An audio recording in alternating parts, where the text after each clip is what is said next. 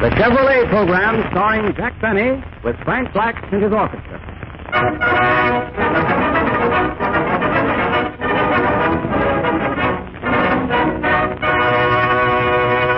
Frank Black opens the program with Roll Up the Carpet.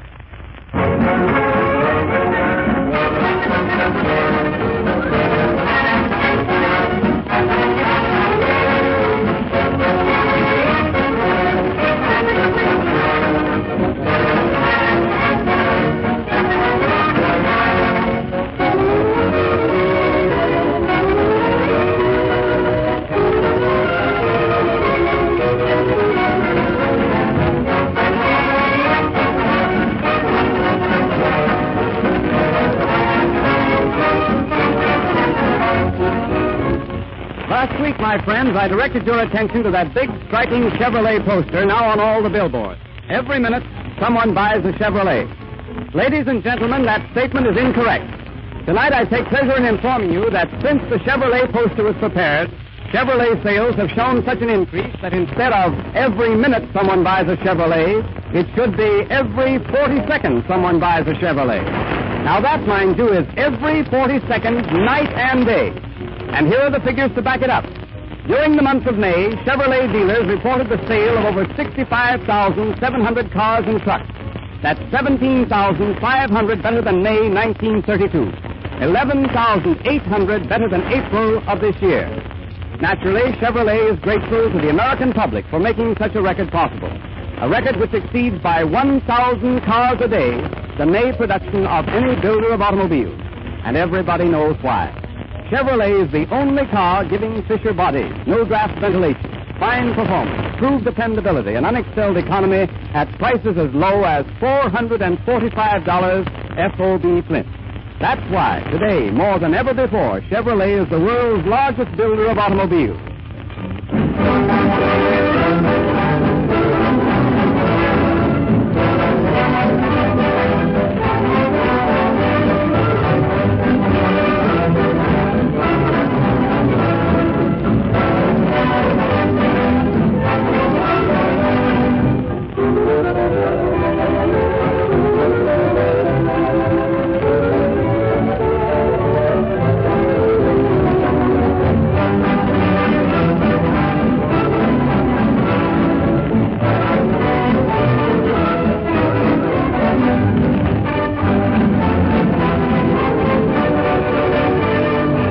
And now, Jack Benny. Hello again. This is Jack Benny, the Earth Galloper, coming to you with all the late news events. And tonight we have a big surprise for you. We are going to give you a full description of the Smelling Bear fight which was not broadcast last night. We have here our own film of this famous fight held at the Yankee Stadium, where the New York Yankees play baseball while at home. Run the film, Hank. The preliminaries are over, and Smelling and Bear are now in the center of the ring taking their instructions. What a crowd, folks.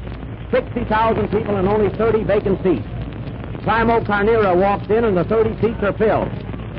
Carnera sits down and 2,000 people behind him get up and go home. Ah, what a crowd. Here goes the bell for the first round. Smelling and Bear walk to the center of the ring. Bear looks confident and Smelling looks German. They are fiddling around for a minute and there they go. Bear starts off with a hard right to Smelling's jaw, and Bear counters with a hard right to Smelling's jaw. Ah, what's this? Smelling sends a hard chin to Bear's right. Bear swings a wild right to Smelling's jaw, and Bear comes back with a wild right to Smelling's jaw. Smelling's jaw seemed surprised as it didn't even know that Bear was in town. They are both mixing in the center of the ring as the round ends. Smelling's round and Howard Claney. The Chevrolet motor car is the finest. Round two. Both men step to the center of the ring and exchange blows. What a crowd at the Yankee Stadium. Starkey is here sitting right over second base. Gene Tunney is also here sitting over first base. Bear sends a long left to Smelling, sending Starkey to third and Tunney to second. None out and Bear still at bat. What a game! In the outfield, we see Lefty Grove warming up for Germany, and Smelling still catching. As the bell rings, Ruth and Gehrig are seen walking through the dugout. And Howard Claney. The Chevrolet motor car is the most economical car in Round the world. three. At the start of this round, Bear makes a mad rush at Schmeling, but Schmeling crosses a right to his nose, and Bear starts singing California, Here I Come. He sees Jimmy Melton become self-conscious and lands a right to Schmeling's temple. What a blow! Watch out, Bear. 4 feet lower would have been a foul. Bear takes command again. He's much bigger than Moxie. What a mountain Bear is. Bear Mountain. Get it, folks? That was good. Schmeling leads a right. What's that? What's that? Another fight breaks out at the ringside. Another fight. Who is it? They tell me it's between a taxi driver and a tailor. Well, folks, now we have a doubleheader at the good old Yankee Stadium. The tailor lands a right to the taxi driver's jaw. Schmeling blocks it and crosses a left to Bear's chin. Bear sends a wicked right to the tailor, and the tailor sends a wicked note to his lawyer for a triple play. Lawyer to Schmeling to Bear. What's this? Bear sends a dozen assorted rights to Schmeling's jaw while we weren't looking. He sends another right to his head, a right to the heart, and a right to the liver. As there are no more places for Bear's right, he rings the bell, ending the third round.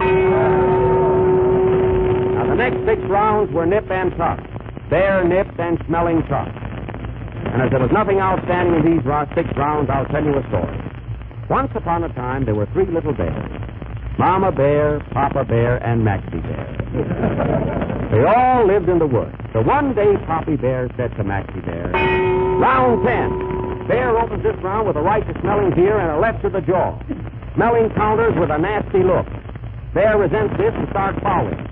The referee warns Bear, Bear warns Schmeling, Schmeling warns Sharky, and Sharky leaves the stadium. Bear is now mad and sends another right to Schmeling's jaw and a left to the head. They are now mixing it. Right, left, right, left, right, left. Company, halt. What a parade. Bear looks at his watch, remembers he has a date, and there he goes, forcing Schmeling to the rope. What a chance for a cigar program. He sends 2 rights and a left to Schmeling's head, and Schmeling goes down for the count of 9. 1, 2, 3, 4. Oh, small and handsome, why don't you get up some time? 6, 7, 8. Are you hurt, Schmeling? 9. He gets up at the count of 9. But it's too weak to carry on, and the referee steps in and announces Max Bear the winner, which is a surprise to everyone. Now Frank Black, who bet on Schmeling, will try and play Somebody Stole Gabriel's Horn. Play, Frank.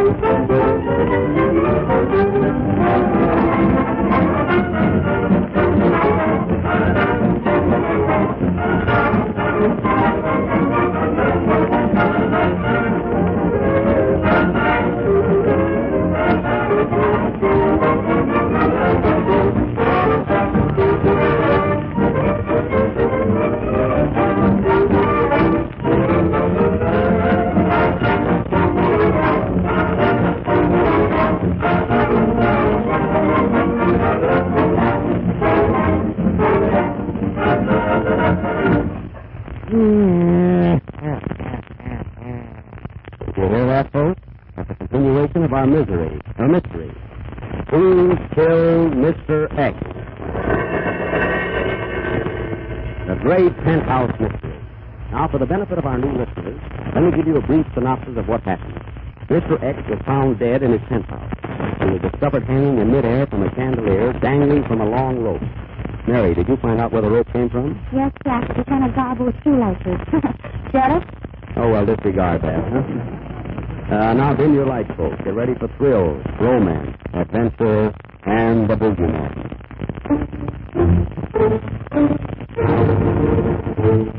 Not yet, Frank. Besides, we're not seeing anything. This is a mystery. Hey, Mr. Benny, when do we have to book pay? One mystery at a time, please.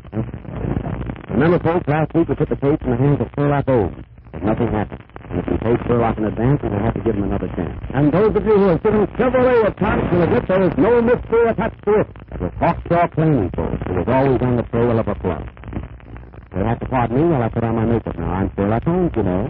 Now, while we are preparing for this scene, James Nelson will sing Our Sweet Mystery of Life. It has nothing to do with our mystery, folks.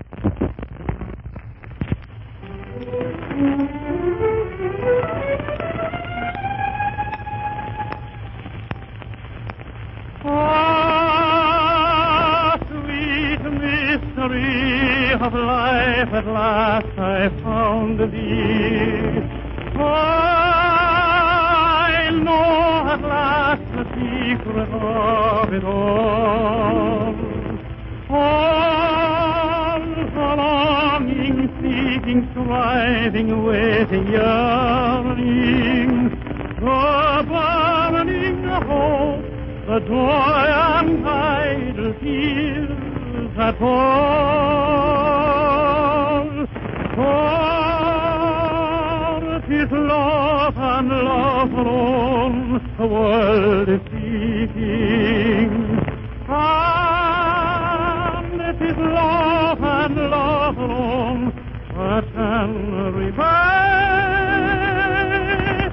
Is the answer, is the end and all of living. For it is love alone that rules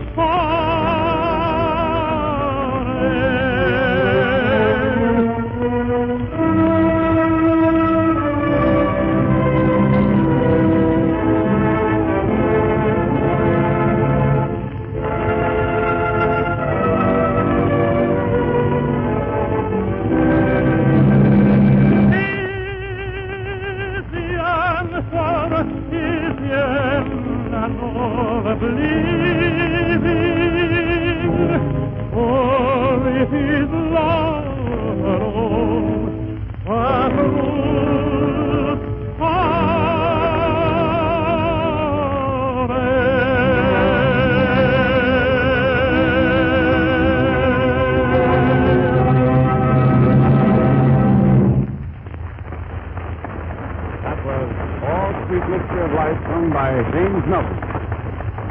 And now we take you again to the study of Sherlock Holmes, who is working out some new clues in hopes for a speedy arrest of the murderer of Mr. X. The Home of Sherlock Holmes.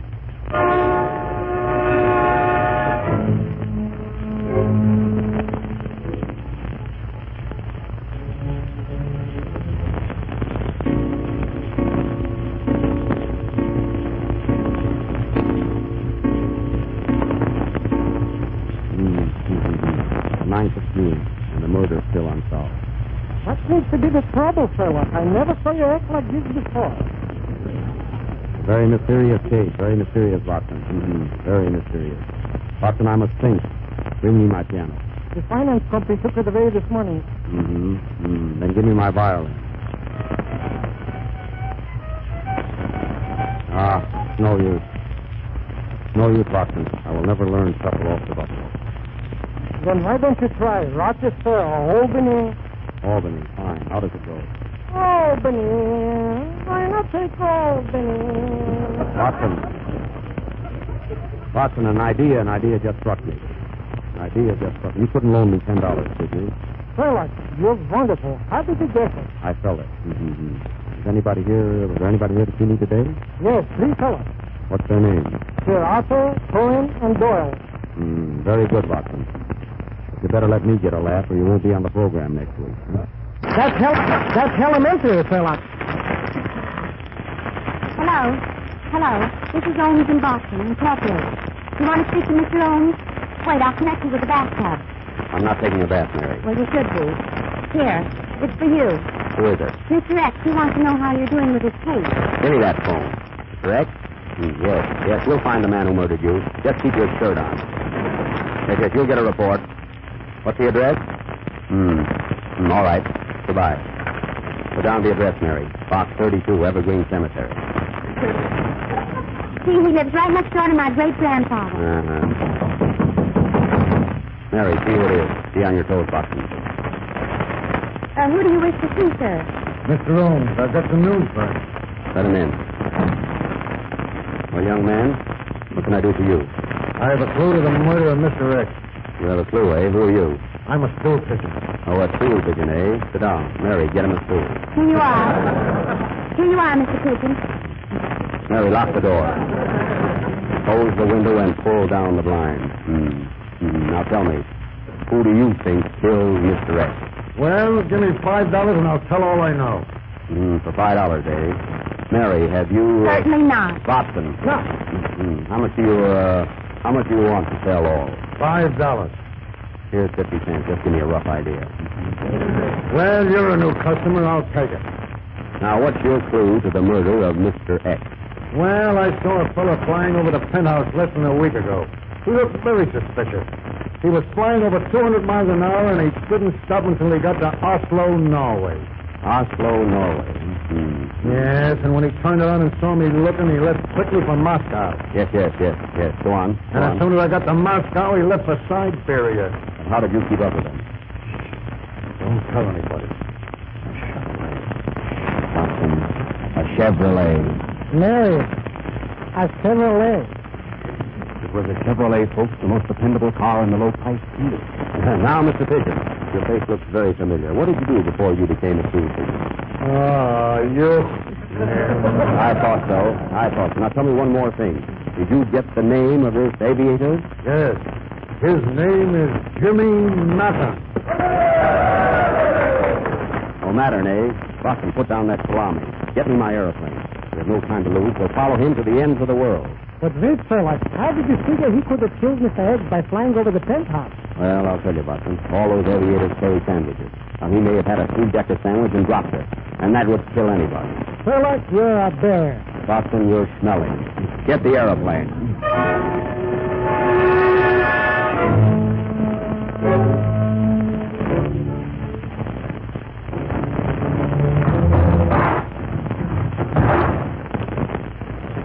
Here you are, Sherlock. All we got is a tri-motor plane.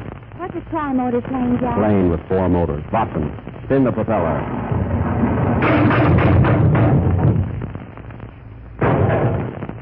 Watson, you've got her in great shape. What was that? The left wing fell off. Do we need it? Yes, I'll have to fix it. I've got a safety pin. Not yet. That's in the next scene. I'm only rehearsing. Oh, come on, let's go. Get in, Watson. Are you coming along, Mary? Are we going up in the air? Yes. Well, wait till I get my air gun. Never mind that. Get in. All right, get ready. Be careful, Mary. Be careful.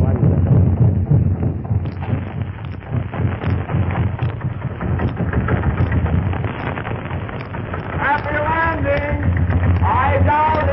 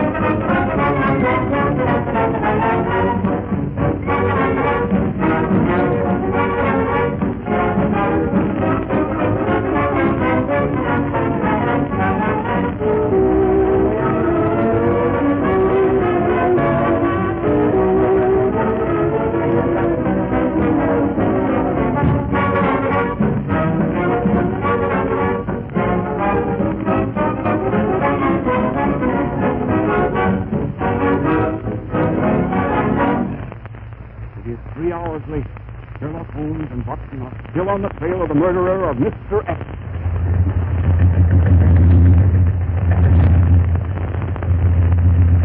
How fast are we going, Watson? 600 miles an hour. 600 miles, and I'm only in second. We're certainly going fast. What country is this we're passing? England. What country? You're too late. France.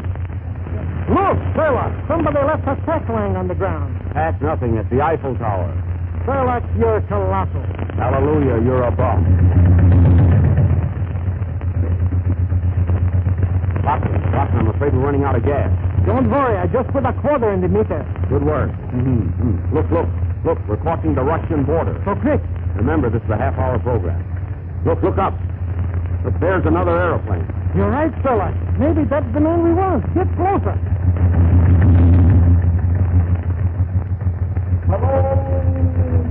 Hello there. I'll be you, folks. Flying flag. What are you doing in Russia? I need 2 more men for my orchestra. Hello, Frank. See you when we get back. Are you all right, Mary? Back there? Yes, Shirley. See, this is certainly a wonderful night for flying. Look how bright the moon is. Hello, round and shiny. Why don't you come down sometime? Sherlock, there's another plane ahead of us. What plane? That one straight in front of us. That's a mosquito on your nose. Oh, I was wondering why it bit me. Watson, put down that cloud. What are you doing with that cloud in your hand? The silver lining. Doc, isn't that another plane ahead of us? He's right, Sherlock. Yes, sir. Do you see it? Yes. That might be our man, Jimmy Mattern. Now pull up alongside him. Hello! Are you Jimmy Mattern? No, I'm Jimmy Malton. Well, that's fair enough. Did you kill Mr. X? No, you asked me that last week. Pardon me. Watson is getting awfully foggy now. Yes, Sherlock. Be careful. I'm afraid to go further. I think we better turn back. Don't bother. It's foggy on this side, too. Sherlock, there's a storm coming up, and the fog is getting worse. You're right, Watson. I can't see 5 feet ahead of me. Who killed Mr. X? Never mind X. I've got my own trouble. Oh, what was that? The other wing dropped off. You see, folks, this couldn't happen in the Chevrolet, as it is safe, dependable, and does everything but fly. We're in terrible danger. Watson, I can't control the stick. Oh, there goes the propeller. How are we on gas? The tank is dry. Well, good night, folks.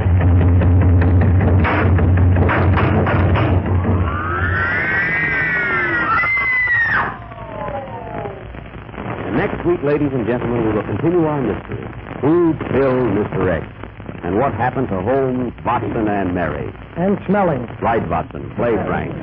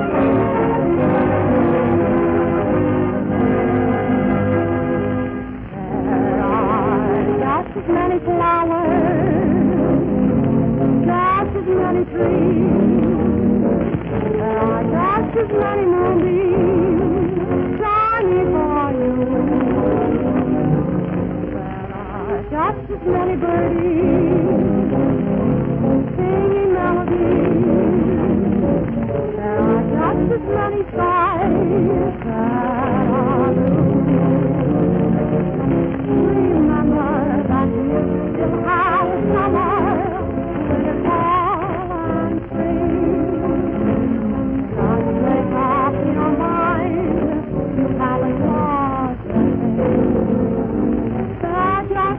jolly sweetheart. Love will always try. Keep right on repeating, it's pleasure will